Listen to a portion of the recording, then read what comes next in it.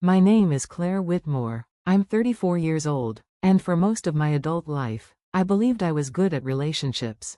Not the dramatic kind, not the kind built on explosive fights, passionate reunions, and chaos disguised as chemistry. I never wanted that. I believed in the quiet kind, the kind that settles in slowly, that grows roots instead of sparks, the kind that becomes routine and feels safe enough that you stop checking for cracks, the kind where love isn't loud, but steady, predictable, comfortable. The kind you stop questioning because nothing feels urgent enough to examine too closely. That's what I thought I had with Ethan. We'd been together for 3 years, living together for the last year and a half, not married, not engaged, but far enough along that people had started asking questions about timelines, rings, houses, kids. We didn't shut those conversations down, we just smiled and said, eventually. Our life looked exactly like it was supposed to. A clean, neutral apartment with matching furniture we'd picked together, shared grocery lists, shared streaming accounts, shared routines that ran so smoothly they felt automatic. Mornings followed patterns, evenings blended together. There was comfort in that. I mistook it for security. Ethan worked in marketing, conferences, client meetings, networking events, the occasional trip out of town. It was normal, expected, even. He'd traveled before and always came back tired, overstimulated, full of half-remembered stories about panels, cocktail hours, and awkward small talk with industry people whose names he forgot halfway through telling the story. So when he told me about another upcoming conference, 3 days, Thursday through Saturday, I didn't question it at first. But something about this one felt off. He was too cheerful when he mentioned it, not excited exactly, polished, like he'd practiced sounding excited. His smile lingered a fraction of a second too long, and his tone felt carefully calibrated, as if enthusiasm was part of a performance. Then he packed. More than usual, nicer clothes, button-down shirts I'd only ever seen him wear to weddings and formal dinners, shoes he usually reserved for special occasions. The night before he left, he spent nearly an hour in the bathroom grooming, trimming his beard with precision, fixing his hair, even filing his nails. I joked about it, leaning against the doorframe. Trying to impress someone? He laughed easily, too easily. Potential clients, he said, you know how it is. It sounded reasonable, logical, normal. I told myself it made sense. I needed it to. Wednesday night, the night before he left, we ordered Thai food and put on a movie neither of us actually watched. The TV played quietly in the background while Ethan checked his phone, not constantly, just often enough to notice. Every time I glanced over, he tilted the screen away slightly, subtle, practiced. Not obvious enough to accuse, but obvious enough to plant something heavy in my chest. Thursday morning, I drove him to the airport. We talked about nothing, traffic, weather, the inconvenience of early flights. At departures, he kissed me goodbye and wrapped his arms around me like nothing was wrong, like this was just another routine goodbye. I'll call when I land, he said. I love you. I love you, too, I replied. Because at that moment, I still believed it. I watched him disappear into the terminal, swallowed by crowds and fluorescent lights. Then I just sat there, hands gripping the steering wheel, engine still running, that familiar, unwelcome voice in my gut screaming that something wasn't right. I didn't have proof, I didn't even have a clear reason, just instinct. And I'd ignored that instinct before, more than once in my life. Then it hit me. His laptop. Ethan always brought his laptop on work trips, always. It was practically an extension of him, emails, presentations, client files, and yet something told me it was still at home. I drove back to the apartment. Sure enough, it was sitting on his desk, closed, not hidden, almost carelessly left behind, like he hadn't even considered it might matter. I stood there staring at it for 5 full minutes. Opening it felt like crossing a line, a point of no return. Once I did, there would be no pretending I didn't know what I knew. But so did spending the next 3 days pretending my chest wasn't tight with dread. So I opened it. His email was already logged in. I didn't snoop through folders randomly. I went straight to the sent folder. At first, everything looked normal. conference registration confirmations, client emails, routine work correspondence. My pulse slowed, just slightly. Then I saw one from 2 weeks ago. Subject line, "Can't wait." My stomach dropped. I opened it. And everything inside me collapsed. It wasn't about work. It wasn't professional. It was personal, intimate, familiar. It was to her. A woman whose name I recognized immediately, not as a colleague, but as his ex-girlfriend.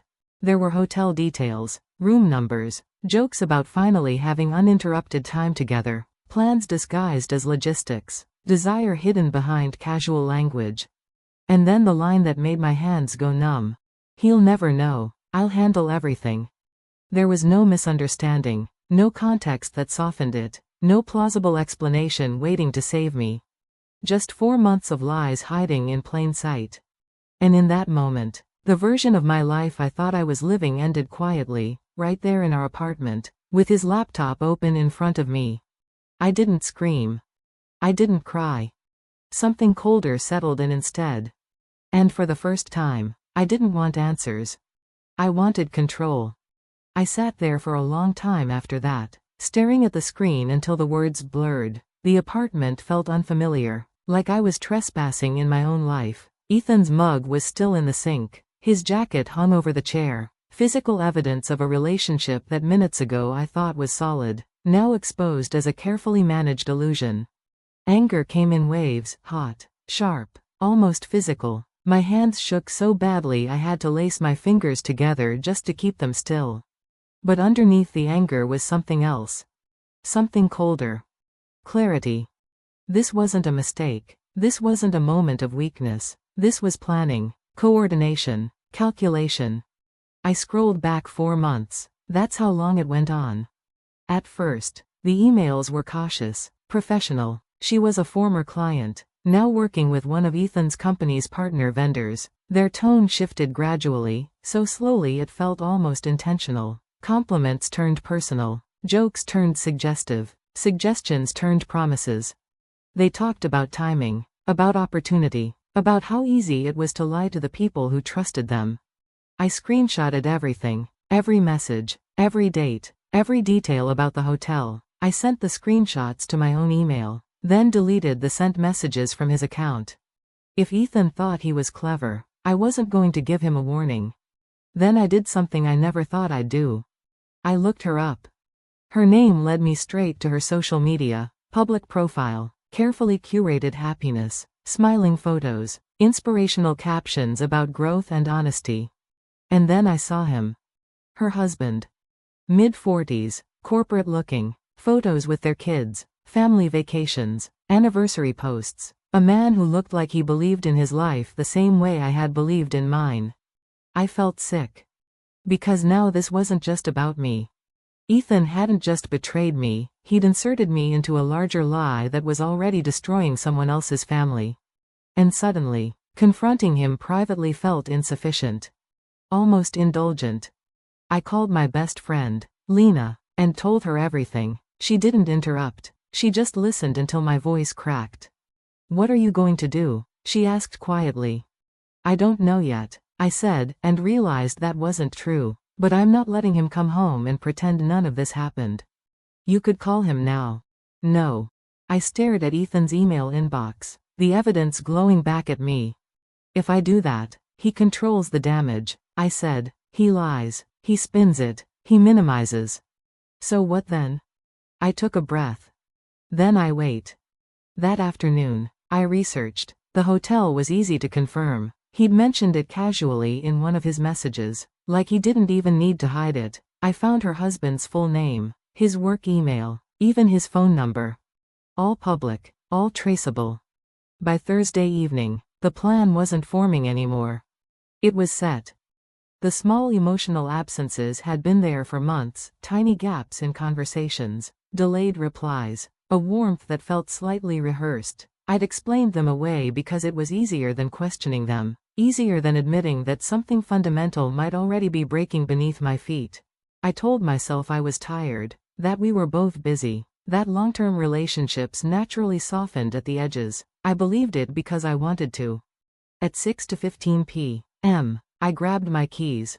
The act felt ordinary, muscle memory, but my chest was tight, my hands unsteady. The drive to the airport passed in a blur of headlights and shallow breathing. Every red light felt personal. Every mile closer felt heavier.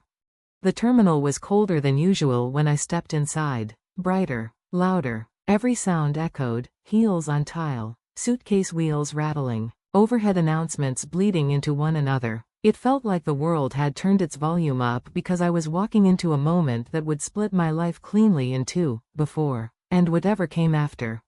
He was already there. Standing near the arrivals board, shoulders rigid, jaw clenched like he'd been holding himself together by force alone. His eyes scanned the crowd constantly, not hopeful, nervous. We'd exchanged photos so we'd recognize each other, but I would have known him anyway. There's a certain look people get when their future has already cracked, even if it hasn't shattered yet. He nodded when he saw me. "Thank you for doing this," he said quietly, as if raising his voice might collapse whatever composure he had left. "Thank you for coming," I replied. We didn't shake hands, didn't smile. We didn't need introductions or small talk. We were two strangers bound by the same betrayal, standing shoulder to shoulder, waiting for consequences to finally catch up to people who thought secrecy made them untouchable. The board flipped. Landed, 6:58 p.m. We repositioned ourselves closer to the exit, not too close, not obvious, close enough that they would have to walk past us, far enough that we could see them first. It felt strategic, controlled, which was the only reason I wasn't falling apart. Passengers began filtering out. Families reunited loudly, children ran toward open arms, couples leaned into one another, exhausted but familiar. Business travelers dragged suitcases behind them, already mentally elsewhere. I watched every face. And then I saw him. Ethan walked out beside her, her hand resting comfortably on his arm, not tentative, not secretive, possessive. He was laughing, head tilted back slightly, shoulders loose, the kind of ease that only comes when someone thinks they've gotten away with something. They looked happy. That was the moment something inside me went completely still. Not rage, not tears, stillness, cold and absolute. Ethan saw me first. Confusion flickered across his face, followed immediately by disbelief, then recognition, and then panic, sharp, total, unmistakable. His smile didn't fade. It collapsed. He stopped walking so suddenly she nearly ran into him. Then he saw who was standing beside me, and whatever color remained drained from his face entirely. His ex-girlfriend followed his gaze. Her breath caught. Her suitcase slipped from her hand and tipped over onto its side with a hollow thud that sounded far too loud. Her husband stepped forward. "Hi," he said calmly, too calmly. Surprise. Everything after that happened quickly, but the details burned themselves into me anyway. Ethan dropped his bag. It hit the floor. "Forgotten." "Claire," he said, like saying my name might reset the moment. "What are you doing here?" "Picking you up from your conference," I replied evenly. "I thought I'd surprise you." People were already staring. Airports always collect an audience when reality cracks open. "We should talk somewhere private," he said, his voice trembling now. "Why?" I asked. "You didn't seem too concerned about privacy when you were planning this trip." He blinked rapidly. "I don't know what you're talking about." I tilted my head. 4 months of emails, hotel reservations, room numbers, or did you forget you left your laptop at home? Silence fell hard and heavy. His ex-girlfriend started crying, quiet at first, then openly. Her husband didn't look at her. "I already know everything," he said. "She admitted it this morning, after I showed her the screenshots. I've filed for divorce." That was when Ethan broke. "Please," he said, turning to me, "we can explain. We can fix this." "No," I said, "you can't." Security was already moving toward us, but it didn't matter. The truth had landed, and there was no gate out of what came next. The moment stretched longer than it should have. Airports have a way of doing that, turning private implosions into public exhibits. Ethan reached for my arm. I stepped back. "Claire, please," he said, voice cracking. "This isn't what it looks like." I almost laughed. "Then what does it look like?" I asked softly, because from where I'm standing, it looks like you planned a romantic weekend with your ex, lied to me for 4 months, and thought you'd come home to a woman who still trusted you. His mouth opened, closed. Nothing came out. His ex-girlfriend turned to her husband, mascara streaked, shaking. I was going to tell you, she sobbed. You packed lingerie, he said quietly. You knew exactly how. Ethan tried one last time to regain control. Everyone just needs to calm down, he said, like he was moderating a meeting instead of standing in the wreckage of his lies. Something snapped. Don't, I said sharply. Don't minimize this. Don't rewrite it. I pulled out my phone. Want me to read your messages out loud? I asked. The ones where you joked about how easy it was to lie to me. His eyes widened.